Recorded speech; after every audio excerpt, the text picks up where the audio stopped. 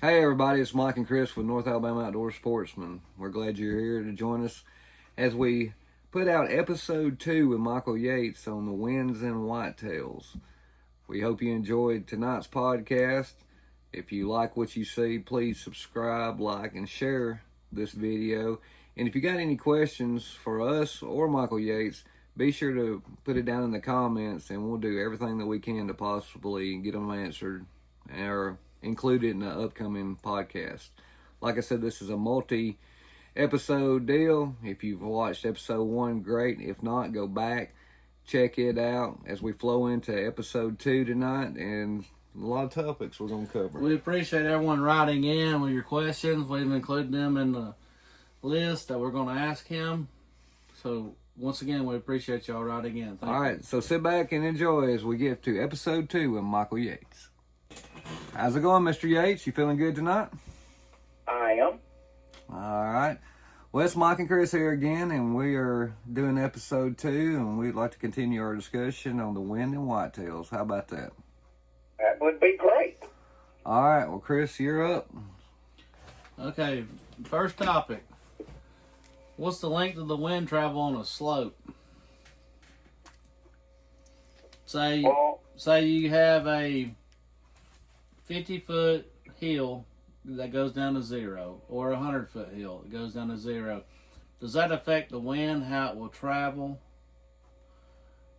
You know, with the miles per hour of wind. Say it's 4 miles per hour wind, and you got a 50-foot drop-off, gradual drop-off. Is there any changes in that versus, say, a 900-foot hill? Not a bluff, but just a gradual slope. Well, any time on a slope, you're dealing right angle of a triangle.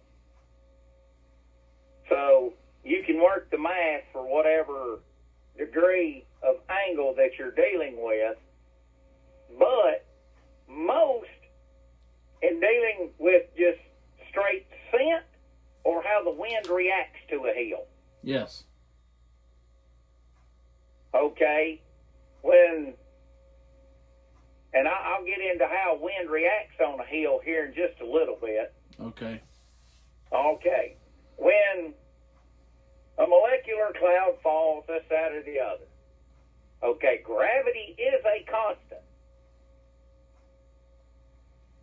That's 33 foot a second squared. Every foot it falls till it reaches maximum velocity, about 127 miles an hour at sea level. That matters. Air density.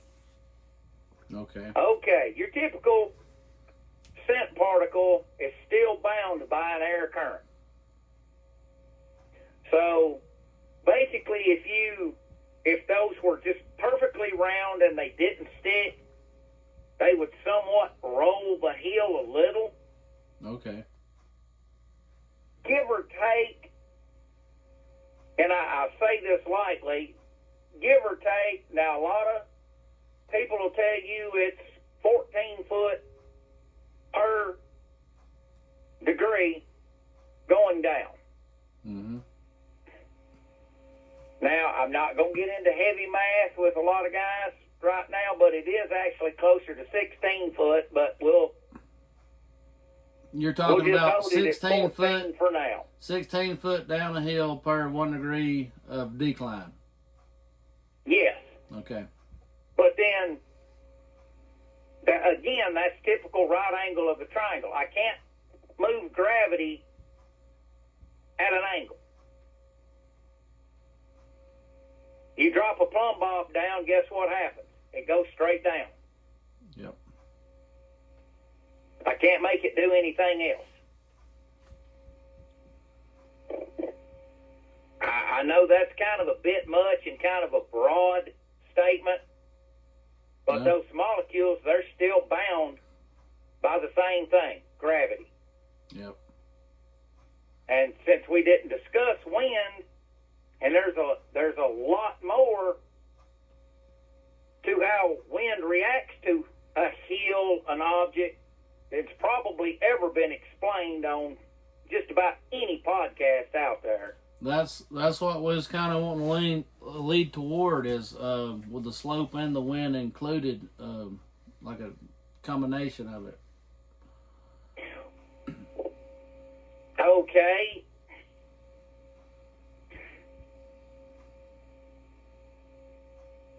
Imagine an incline, just like you were in a wind tunnel, and you needed to see, because you were going to build an aircraft. You're going to have just as much wind go up it as you are down it. The velocity's going to be different because of gravity.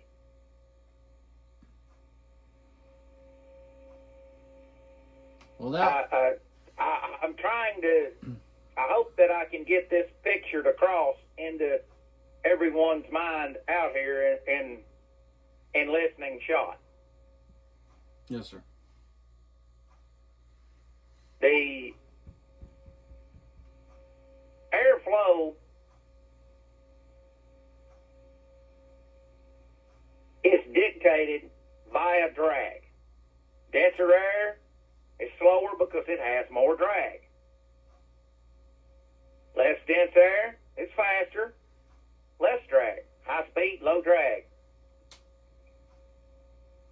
That's kind of just basic physics.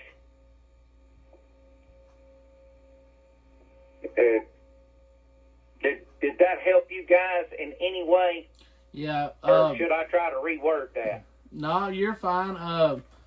So would you say kind of on the top of the hill would be like a wind shear or an eddy? It would. It would be doing the same if you were designing aircraft.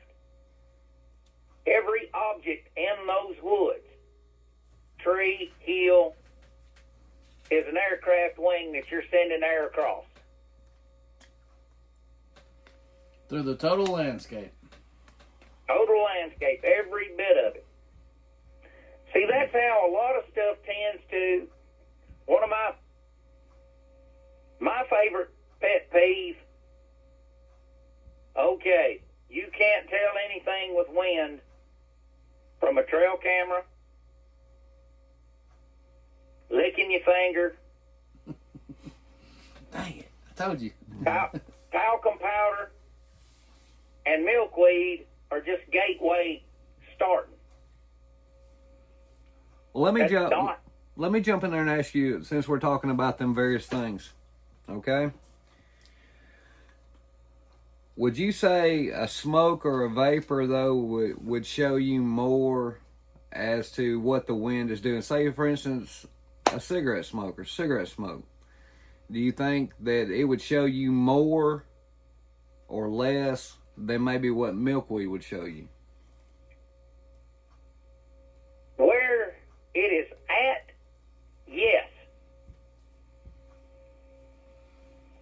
You're never going to get a better reading than right at the instrument. Right. And that includes, that spot will change throughout the season when the leaves fall off or whatever, huh? It's constantly changing. Mm-hmm. The Different thing winds. with using a smoke or a vapor, you've had to automatically change for a vapor, you had to change the ambient temperature to get the vapor. So now you're subject to a thermal lift, a thermal decrease, standard Newton's two laws of heating and cooling. They're the direct inverse of one another. It's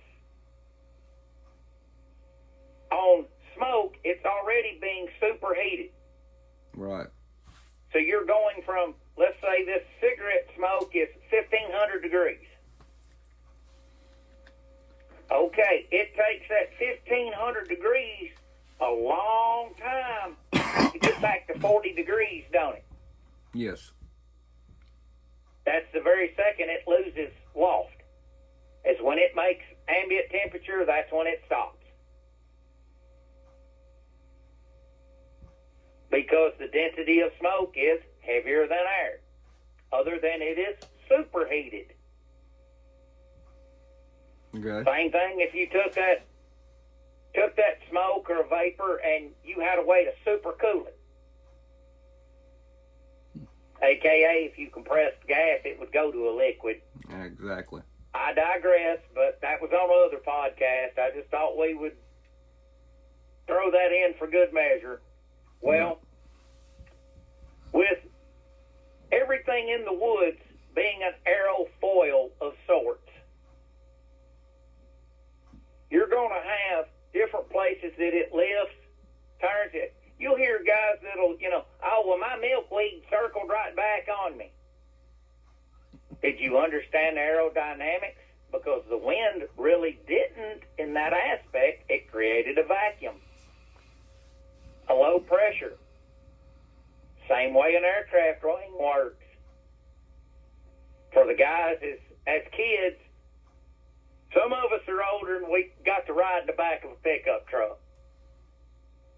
And we would spit. And if you spit in the right spot, it would go out, curl, and come back into the truck.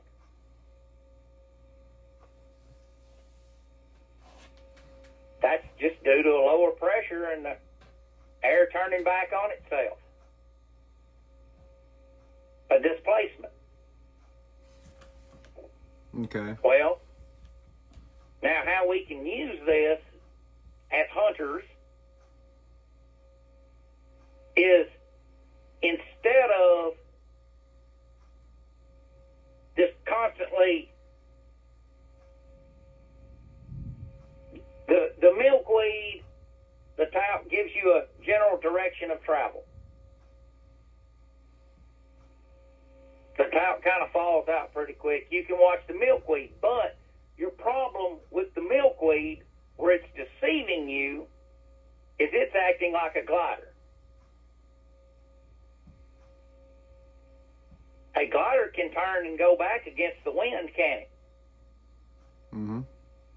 It don't have to glide with the wind. It won't be as fast, but it can.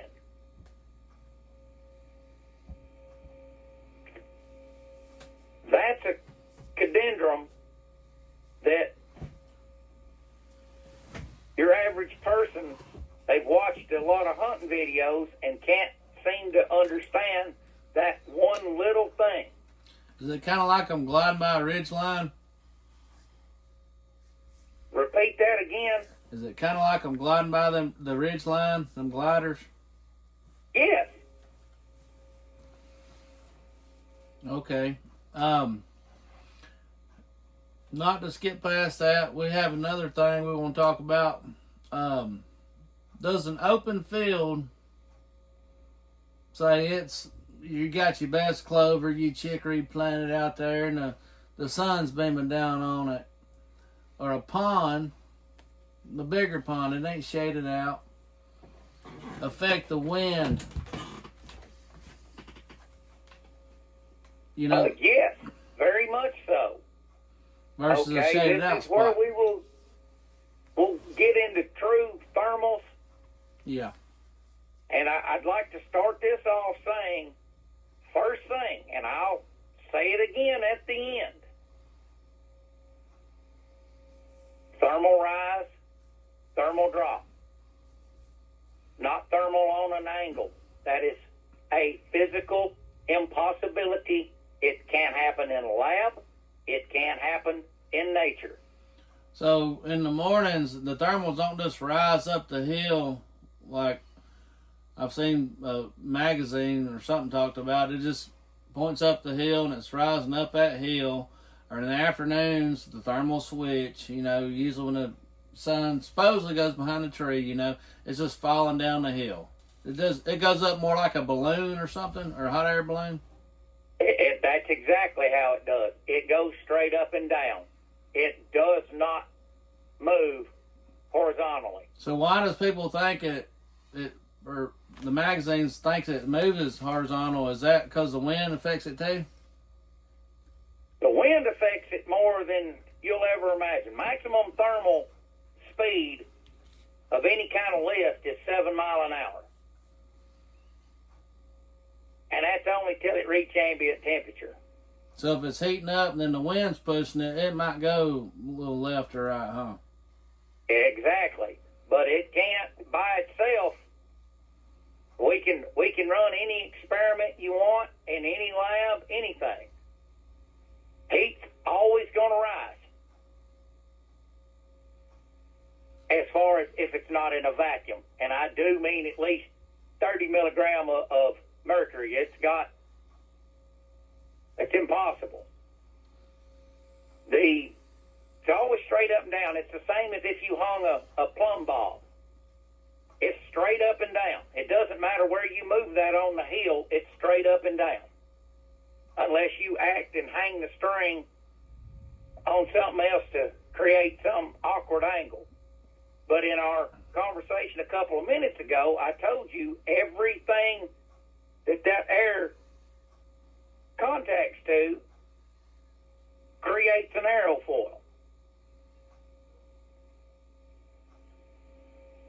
Which then will show you. Well, I dropped this and it, the thermals carried it up the hill. No, they didn't. That is a lie. It does not happen. Will not happen. Cannot happen. If you can make that happen, you've rewrote every physics book known to man. That is the biggest falsehood of ever.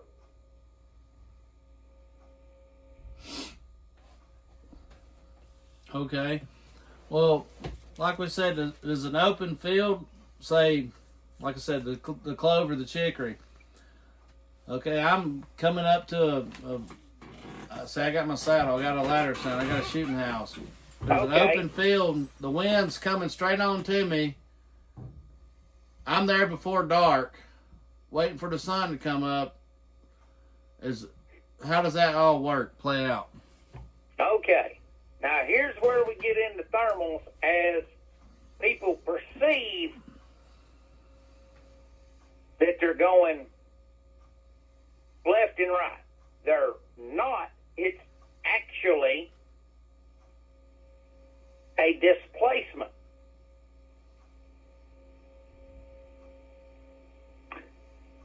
Now, for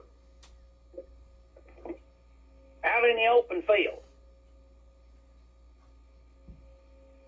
okay, now it's got to take a minute to heat or cool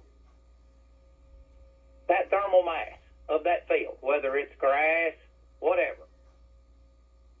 Standard ground temperature across most of our hunting area, 54 to 56 degrees. Some of you farmers chime in on that because you know your planting times. I can't, off the top of my head, on the planting temperatures, I can't bring that up off the top of my head to get the best germination of the seed from the ground soil. They sell a nice thermometer for that. Okay. Now, you're in the trees, and you have an open field in front of you. Correct. And let's just say for practical purposes, the ground out in the field is hotter than over in the trees because kind of the little branches shaded it out, and we're talking about even with leaf off. I prefer leaf off because leaf on's a different ball game. Or a pine thicket. Do what? Or a pine thicket. Or a pine thicket's a whole nother ball game because what's darkest is up high and it's heating. Cold has to follow hot. You'll get an updraft right there. Where opposite, looking out into open field and not a pine thicket, it will pull air from the thicket to the field. It is a displacement. That is not a thermal going sideways.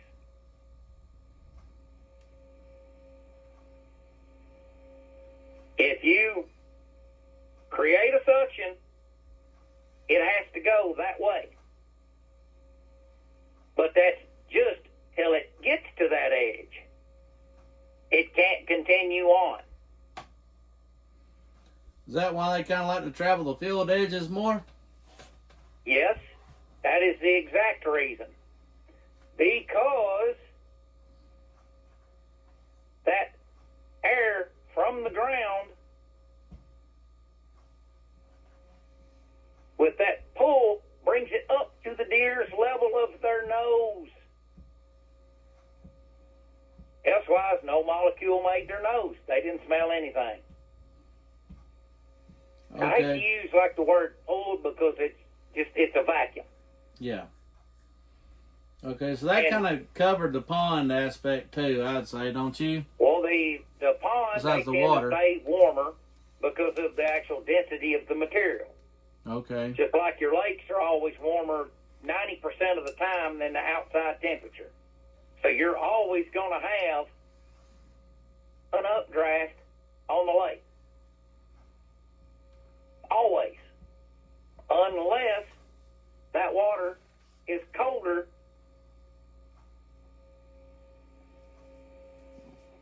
than the outside temp. Okay, so kind of like the fog you see and then it lifts and stuff. Yep. And see, the fog goes to, like I was saying before, at the ambient temperature, boom, there's no more fog. There's no more vapor. There's no more lift. Okay, is there anything else you want to further explain on that aspect? Well, like I said, I hope I didn't go too far above everyone's head on that. I don't think you did. Basically, what you're just saying is, and let's go back to your right angle triangle, okay? Your thermal is going to lift straight up no matter what. The only way it can be influenced in any way is if the wind pushes it. So the thermal is going to be straight up, 90 degrees, straight up or down, okay? Yes, exactly. All right. So the wind is the only thing that could somewhat push it to the left or the right.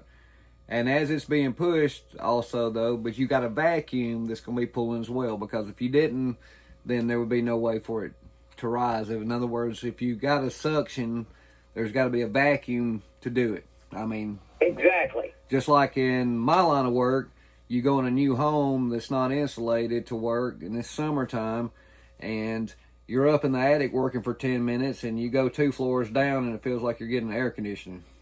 Even though there's not. So I think that's pretty basic.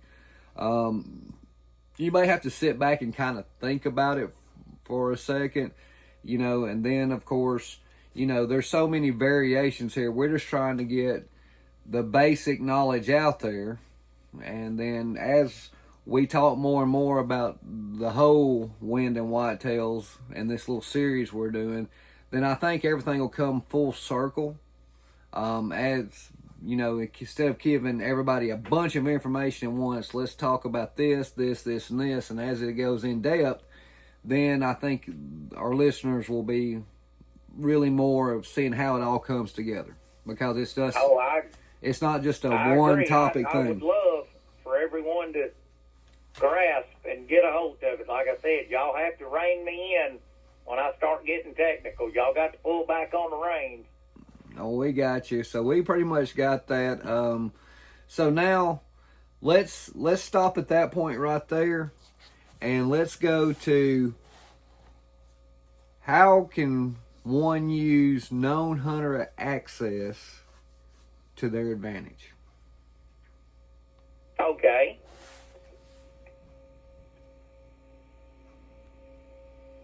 Like I say, it's public land. Bad as I hate to say it, we got lazy and we got complacent. Say it's public land, there's a parking lot, and there's a hiking trail. Or pretty much. There's private land, there's a parking spot, there's a road, and there's a shooting house or a ladder stand. That's pretty much it. You have the standard, and again, you can see from any of the parking lots, you can see a walking trail. So Joe's already walked down there. Billy too. And Joe before him 2 weeks before that, and Billy Bob the week before that, and elsewise there wouldn't be a trail there. Yeah. Well, how you can use that to your advantage, again, is walk away from those. You don't have to walk far, just don't walk the same way.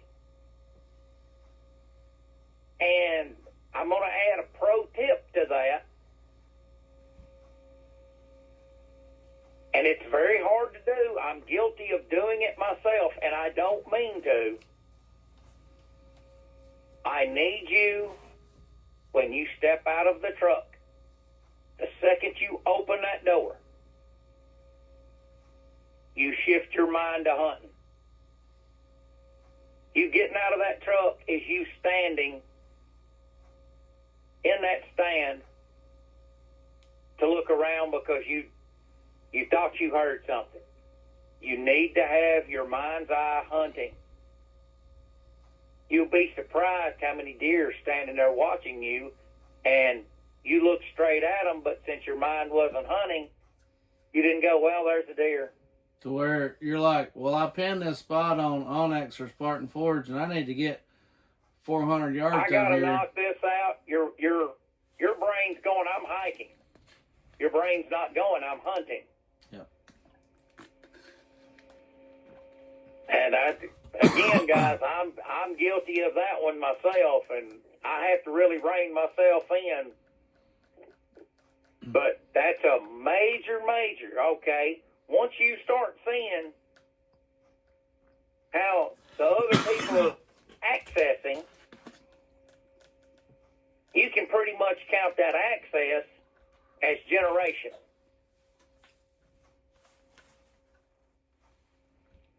It's known. The deer have been conditioned that I can hear gravel popping 10 mile away. I hear that gravel quit popping. Yep, he's in that parking lot. You mean them 6-7-year-old deer know that trail's been there for 20, 30, 40 years?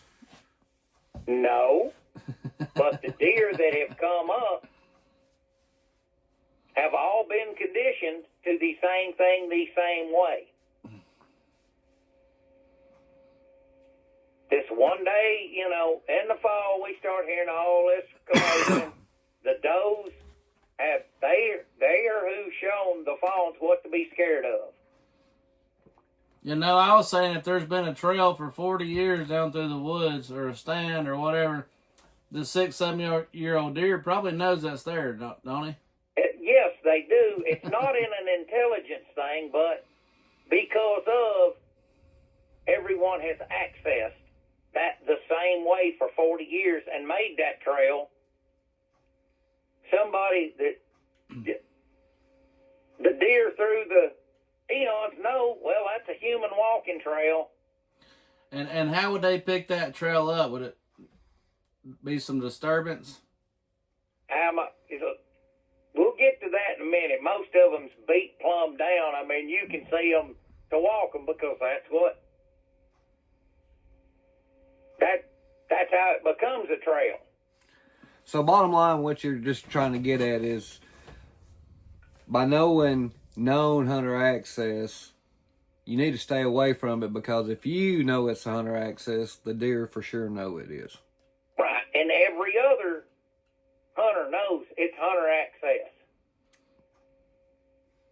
Now, don't get me wrong, I'm not saying you can't go a totally different, but especially now since everyone has the apps, you're not walking somewhere somebody else ain't put a boot print. You can about count on that, because you and me both can see the same funnel. Thing is, guess what? If we didn't go in there the same day, I don't know that you went in there. You don't know that I went in there, right? Correct.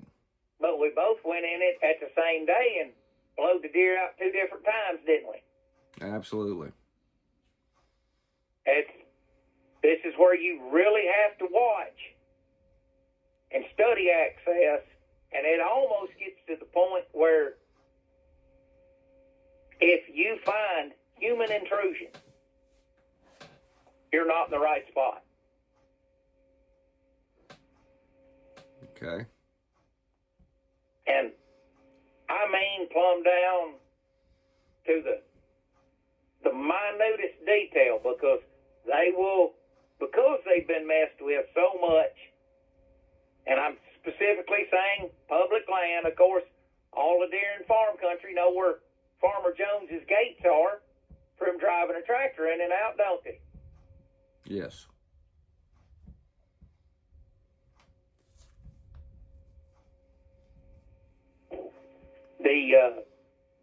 Because it's the same thing, the same way, you're going to have the same result. Well, learning the access spots so that you can change your access, you don't necessarily have to bust a spot on the map, but you find you a spot from doing the typical access or whatnot. Don't go back in it that way. Use it for scouting, but not for hunting. Right. Okay. Do not go back in it the same way. Now, I'm not saying that because of scent. I'm saying because of what you saw. Every other hunter that's come through there saw the exact same thing.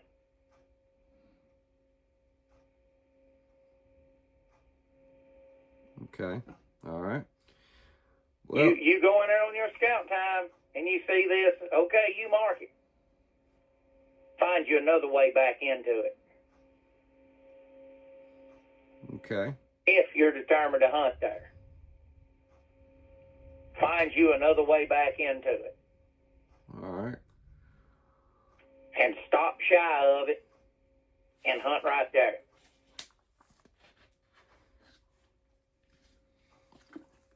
There's an art to hunting the pressured deer. And I gave y'all a pretty good secret then, and I love to see the guys get out and look, stuff like that, but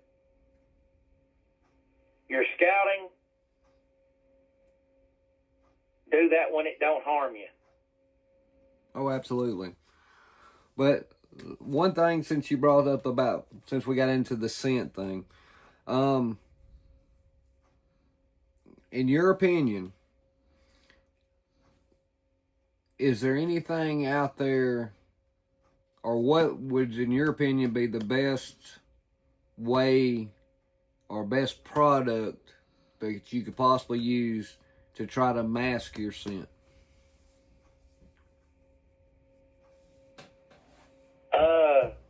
Yeah, there is, and get ready, hate mail. Well, we're the controllers of the hate mail, so we can handle it. Well, what you need is a dry suit and an old British rebreather, but they're loud as hell and they get hot. I mean, if push comes to shove, that's pretty much what it's going to take. And I can about guarantee you we're scent free. Right. Well, now, let me ask you again, this. Go ahead. That's your only way on that. Now, I'm not telling y'all to go out and do that. Rebreathers are very expensive, and when they ain't in the water, they get really hot. All right. Let me ask you this question. All right. I'm going now, say I'm going to go hunting this weekend. Okay. As far as Billy Bob's products and stuff like that, yes, they do work within the limits of the test. I'll go with that for a minute. I think that's where what you were fixing to ask me. Mm-hmm. Well, what I was going to say, all right, say for instance, at the time we're recording this, it's on a Wednesday. Say I'm going to go hunting, say Friday afternoon, and I'm going to hunt for the weekend. Is there anything I can do to try to detox my body that would help with the scent I'm passing off? There is. Now, this needed to start a little bit before. Even though I have found they do tend to like, I don't know if y'all remember that old shampoo, Gee, Your Hair Smells Terrific. Okay. They literally tend to like that smell.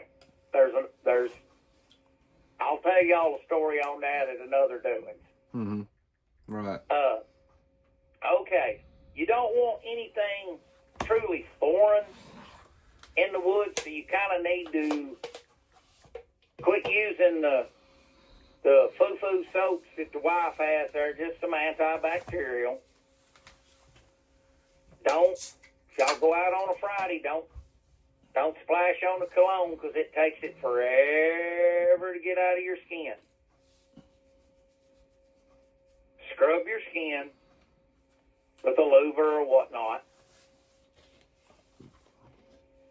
Moisturize it. That way it holds down on any new skin rifts coming off of your body. Okay. Now we'll take it a step further.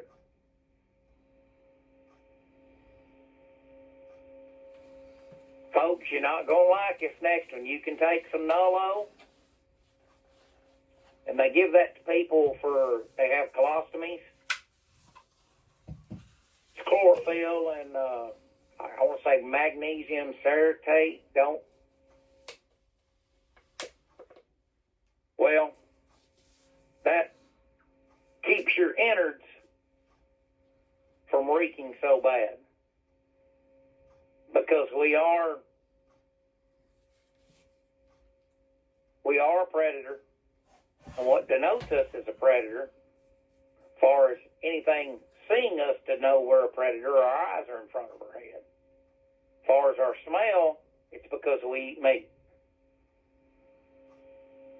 So you're saying vegans are better hunters, huh? A vegan would be, the animals would not register them as a threat. And I'm telling you, if you'll fast for 3 days and take the Nullo, watch what happens. I didn't say they couldn't smell you. I told you what they don't smell. You're the ugliest looking raccoon they've ever seen.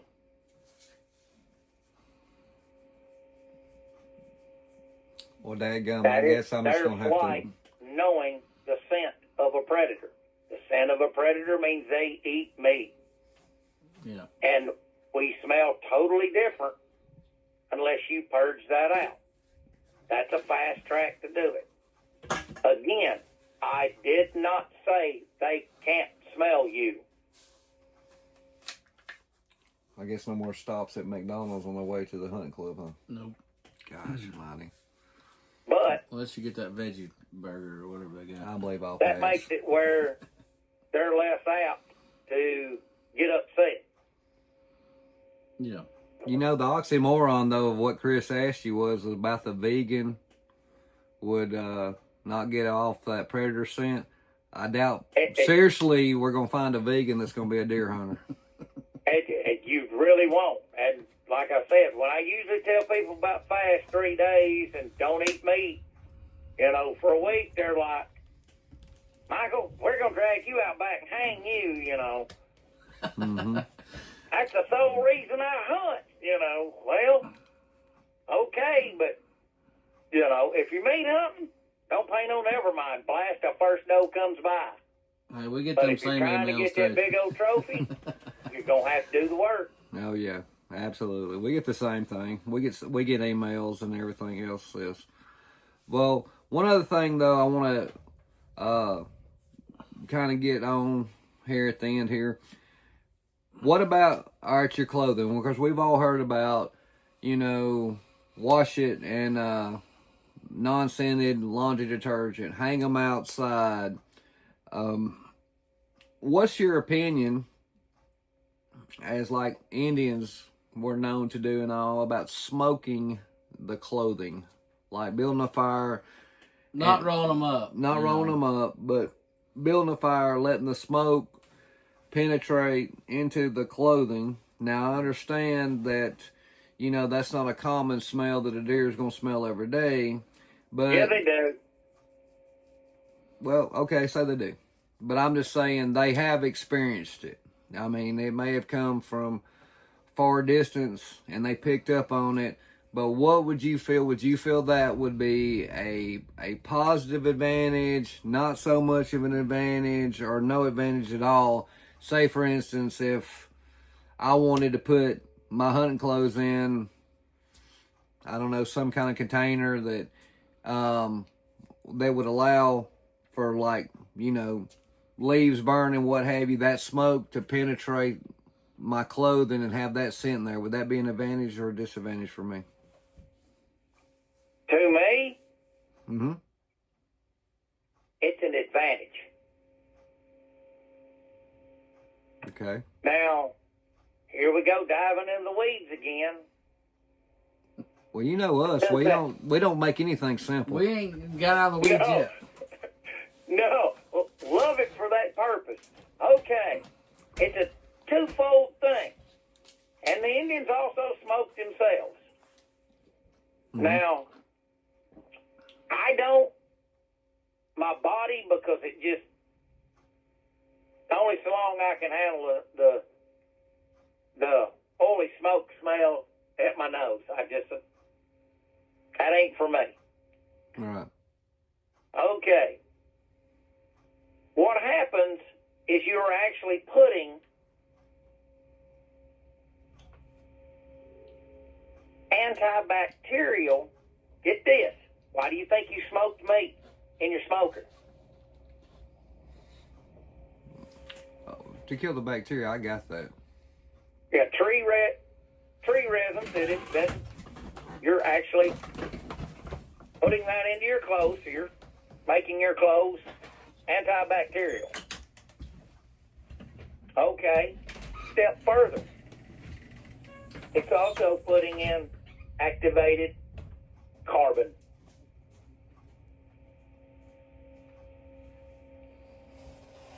Okay. Now, those two combined, the number one thing that the deer is smelling coming off of you, they're going to say, well, your breath. Okay, that's fine. And I'll get to that. But on your skin-wise, is it skin rip, or you tend to put off ammonia. Right. Yeah. Okay, now ammonia doesn't scare the animal at all.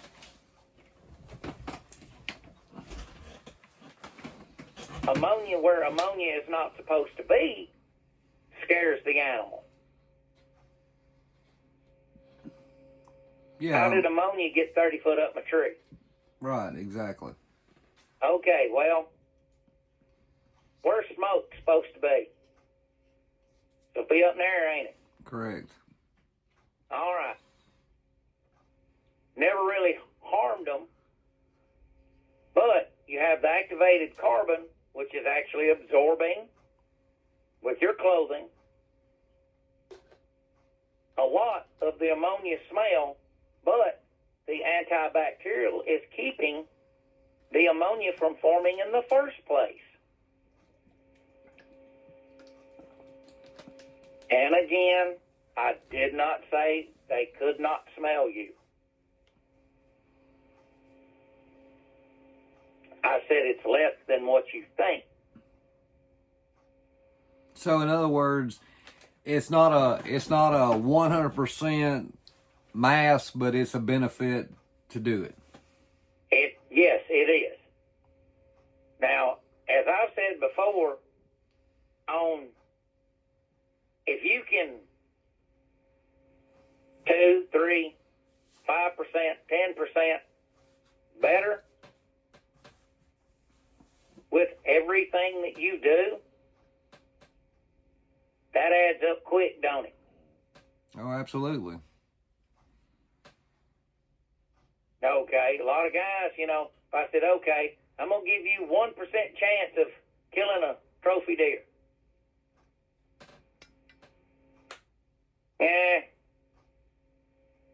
I'm going to stay in bed with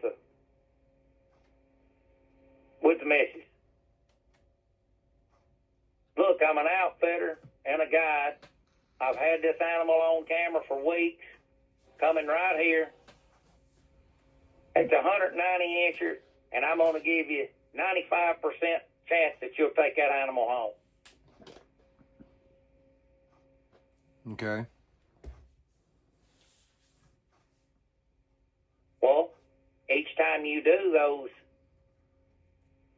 1 or 2%, you get closer to that 95, which the most anybody will. Oh yeah, hell yeah, I'll do it. I'll go. I got you. It's part of the process that you have to go to the lengths to get the goal you want. Oh yeah, how far? In other words, but that just goes with anything, whether you're a bodybuilder, you're this, you're that. It's how far are you willing to push it to achieve the results you're looking for. Exactly. So, For the guys that are thinking, you know, okay, well, I get busted very little just because I play the wind this, that, or the other. Okay. What if I stacked on another 10% chance? Oh yeah, because you're definitely gonna want to use or better your chances, because you're going into an animal's house. You've got to. He knows the terrain, he knows the area, he knows the smells and everything. So you want every advantage that you can possibly get to be successful. You gotta stack the odds. Exactly. So. Exactly. And again, now that's just dealing with some of the airborne.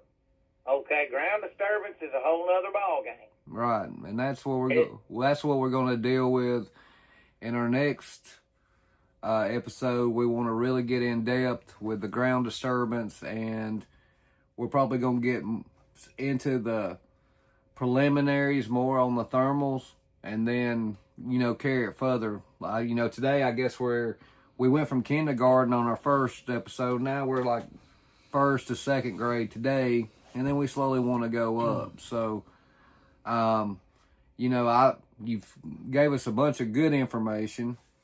Some of it, of course, the person's got to process a little bit better. We hope we've explained it the best of our knowledge, and again, any viewers or listeners, if they want to, hey, what was the question on that? It'll be right there on the cast, and we will get it answered. Absolutely.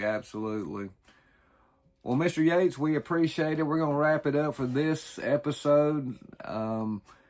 Like I said, some good knowledge there and everything. We don't want to overwhelm anybody, so we're taking it, like I said, baby steps. But I would like to say, if you've liked what you saw tonight, if you would hit that subscribe button, ring that bell. We've got more episodes coming up with Michael Yates as well as others. And anything you'd like to add, Chris? Mm-hmm. But like I said, we appreciate your time. We appreciate you being able to sit there and give us your knowledge and opinions on things. We know that you've got a lot of knowledge and history into it with what you've done and what you've seen and so forth. And like I said, we appreciate that. We're sure our listeners, our viewers, I guess is the best way to put it, can benefit from what you told us, and I'm really excited about episode 3. Yeah, and if you have any questions, write us again, and we'll get them answered. And look forward to episode 3. And we like I said, we do personally read all comments and emails and everything like that. So once again, thanks for everybody for tuning in, and we'll see you on the next one.